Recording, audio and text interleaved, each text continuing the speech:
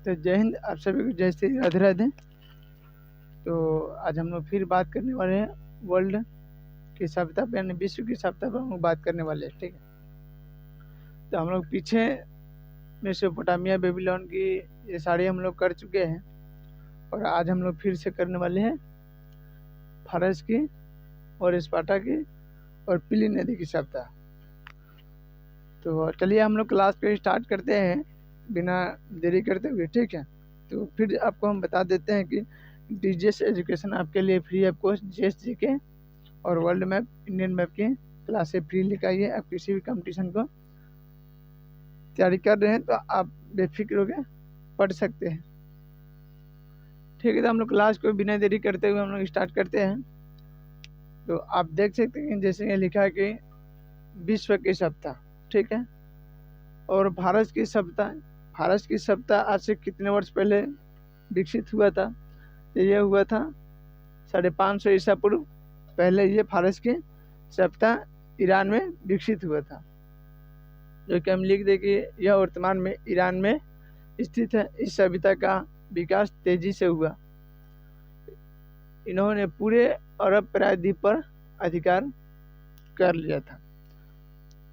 जो फारस की सभ्यता है बहुत तीव्र गति से विकसित हुआ। इसका बहुत, जैसे कि अभी की डेट में आप देख सकते हैं कि 5-6 साल पहले जितने तेज गति से पतंजलि और जियो जो सिम है, जितना तीव्र गति से उभरा था जियो का मोबाइल, जियो के सिम, पतंजलि रामदेव बाबा का, तो बहुत कम गति थोड़ी था। चाहे खान सर जी का, कह लीजिए कि इतना नाम हुआ है, उनको 2021 से पहले कोई थोड़ी जानता था उनको। खान सर के 2021 के बाद से उनको ये आज इतना विश्व प्रचलित हुआ है, क्योंकि उनके अपने अथी पे दम पर खड़ा किए हैं। ठीक इसी तरह जो कि फारस की सभ्यता का विकास हुआ था। और अरब प्रायद्वीप, आप जानते हैं कि वर्तमान में जो अभी सऊदी अरबिया है, यमन है, ओमान है, कतर, बहरीन, ये सब जितने भी कंट्री है सब अरब प्रायद्वीप पर है। ठीक है, तो जो फारस की जो सभ्यता थी ये पूरे अरब प्रायद्वीप पर अपना अधिकार की थी। ठीक है, और इस सभ्यता का जो भाषा थी फारसी था तथा इस पारसी इस धर्म को, जो यहाँ के लोग रहते थे फारस के, वो पारसी धर्म मानते थे। और यहाँ के जो भाषा है, लैंग्वेज, जो कि फारसी था। और सिकंदर ने इस धर्म को अंत कर दिया। जैसे कि आप देखते हैं कि मेसोपोटामिया की सभ्यता, बेबीलोन की सभ्यता, जो असीरिया का सभ्यता जो था, सिकंदर ने उसे समाप्त कर दिया और वह ग्रीक की सभ्यता को लोग थोप दिया, या नुगपन। ठीक उसी तरह यहाँ के जो धर्म और सभ्यता था फारस की, यहाँ का भी नष्ट उन्होंने किया था। ठीक है, यानी सिकंदर, जो कि आपको मालूम है कि कहाँ का रहने वाला था, मैसेडोनिया का रहने वाला था सिकंदर। और भारत में उसका आया था, भारत में पूरे अधिकार करने के लिए। उस समय क्या पंजाब और तक्षशिला, ये सारी, तक्षशिला नरेश अम्बिराज थे। इधर जो पंजाब और चिनाब नदी के आसपास जो इलाका था, उधर के राजा थे बहमानी साम्राज्य के। बहमानी महाराजा ने पुरु के पिताजी थे।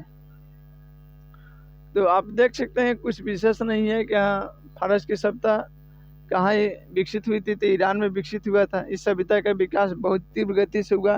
और आप जानबे करते सब कृषि अर्थव्यवस्था था उस समय का। इन्होंने पूरे अरब प्रायद्वीप पर अधिकार कर लिया था।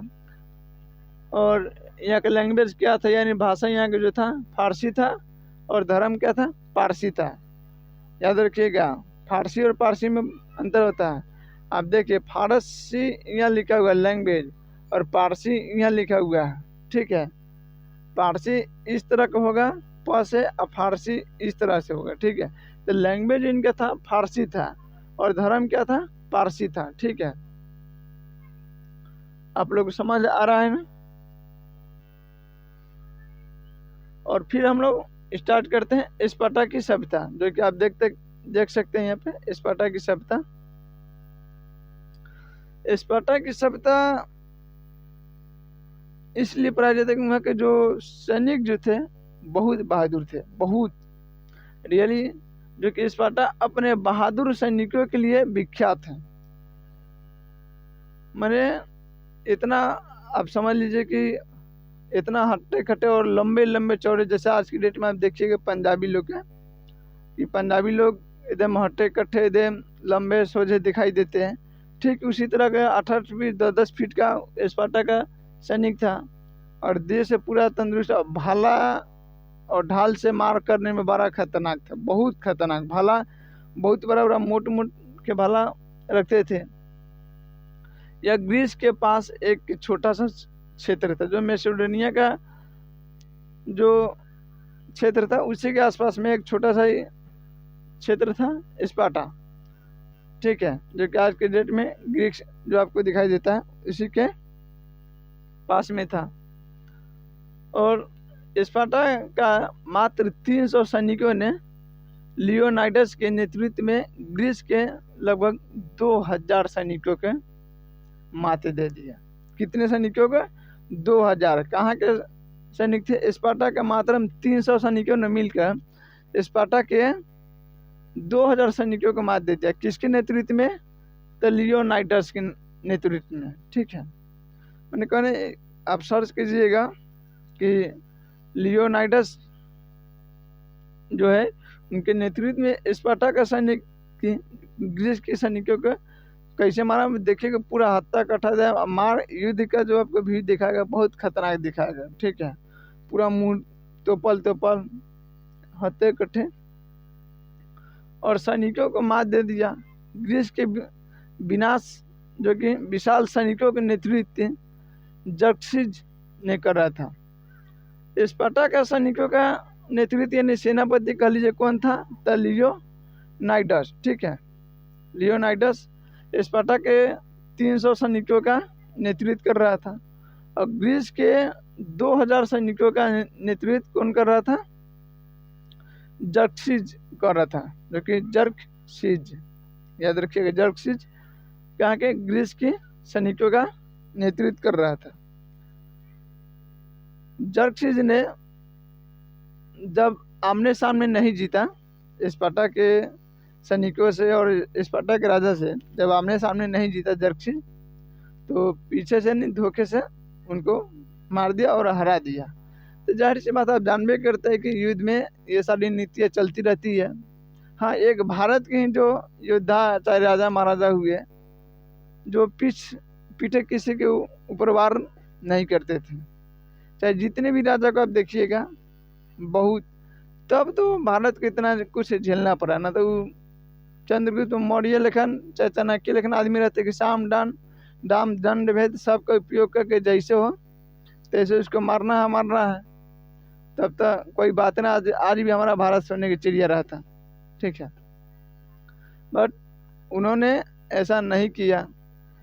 कितने तो देखिएगा कि दक्षिण यानी साउथ इंडिया के जो राजा हुए बोलते थे कि जो समुंदर को लांग गया वो अब सनातन धर्म का नहीं है, क्या क्या हमारे धर्म में समुंदर को लांगना माना है, ठीक है। तो ऐसा बात था। और उधर से आके इधर आके मार उड़ के बाद छीन छान के उठलाट के ले जाता था। अब मेन बात है, कमी ये भी था कि लोग एकजुटता नहीं रहते थे, ठीक है। अगर किसी आज भी इसी तरह होता है, अगर किसी एक के ऊपर प्रॉब्लम आता है तो लोग सोचता है कि भाई ओकरा ने दुख भेल है, हमरा थोड़ी भेल है, जा दे। ताकि अगर यही साथ लोग अगर उस समय अगर साथ दिए रहते तो कोई भी जो आपको महमूद गजनवी चाहे जो कोई हो अफगानिस्तानी चाहे अरबियन चाहे तुर्की, कोई भी भारत में नहीं टप सकता, ना मुगल, कोई भी भारत में नहीं टप सकता था, ताकि एक दूसरे के किन्होंने साथ नहीं दिया। तब तो आज ये दिन देखना पड़ रहा है कि भारत के जितने भी खजाने सब लुटेरों ने लूट के ले गया। तो देखिए कि जर्क्सिस ने धोखे से स्पार्टा को हरा दिया। ठीक है, तो इसमें यही इतना था। आपको हम फारस की सभ्यता पर आदि है 500 ईसा पूर्व विकसित हुआ था इराक में। फिर आपको हम स्पार्टा की सभ्यता पर आदि है कि ये भी ग्रीस के एक छोटा सा इलाके में विकसित हुआ था। यहाँ के स्पार्टा किस लिए जाना जाता है? तो अपने बहादुर सैनिकों के लिए जाना जाता है। ठीक है, फिर इसको जर्क्सिस जो ग्रीस का सेनापति था धोखे से हरा दिया स्पार्टा को। अब हम लोग पढ़ते हैं पीली नदी की सभ्यता, जो कि चाइना में विकसित हुआ था। कहाँ पे विकसित हुआ था? चाइना में।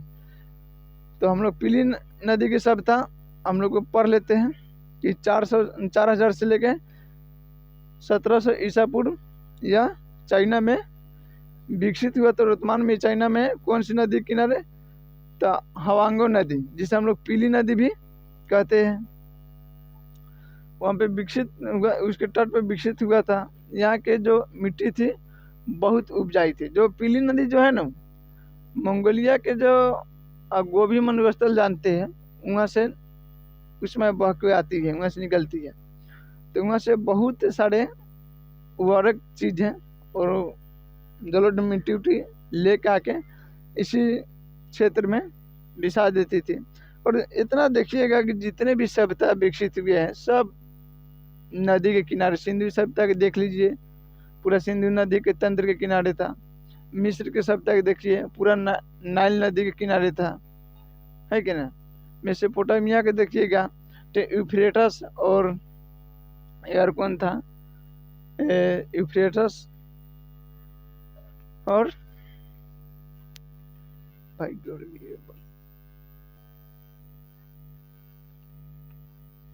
तो यूफ्रेटस और टीरी नदी के किनारे था। रोम भी देखिएगा, जितने भी सभ्यता थे सब नदी के किनारे थे और सब कृषि अर्थव्यवस्था था। तो ठीक उसी तरह पीली नदी भी था। पीली नदी की भी सभ्यता जो था चाइना में, ये भी नदी के किनारे ही था। और यहाँ सबसे ज़्यादा जो खेती होता था मालूम है क्या चीज़ है? बजरे का सबसे ज़्यादा खेती होता था। जो आप देखिएगा पीली नदी सभ्यता में सबसे ज़्यादा अधिक बजरे की खेती होती थी। और इस काल में पीली नदी के बेसिन में एक पेइलिंग गंगा और यांगसाओ, ठीक है, तो चाइना का नाम कैसे कैसे लिखते रहता है, पेइलिंग गंगा, ठीक है, और यांगसाओ जैसी जो कि नवपाषाणकालीन संस्कृति में विकसित हुआ था। जो ये बात कर रहे कि नवपाषाण काल में भी वहाँ पे लोग बसे थे और खेती बाड़ी अस्थायी रूप से रहने का थोड़ा जो कि झोपड़ी टुपड़ी बनाने के किस जगह पर मिले थे? तो पेइलिंग गंग और यांगसाओ नदी है उसी के तट के किनारे, जो कि नवपाषाणकालीन संस्कृति मिला है। ठीक है, तो आप देख लिए कि इस पर फारस की सभ्यता हो गया, स्पार्टा की सभ्यता हो गया, पीली नदी की सभ्यता हो गया। हम लोग पीछे रोम की सभ्यता पढ़ चुके हैं और बेबीलोन की सभ्यता, मिस्र की सभ्यता, ये सारी हम लोग वर्ल्ड सभ्यता में, हम लोग विश्व की सभ्यता में हम लोग पढ़ चुके हैं। और फिर हम लोग कल से आधुनिक इतिहास में हम लोग एंट्री करेंगे। ठीक है, जो इंडिया का और धीरे धीरे पर्सन समिक्स चलते रहेगा।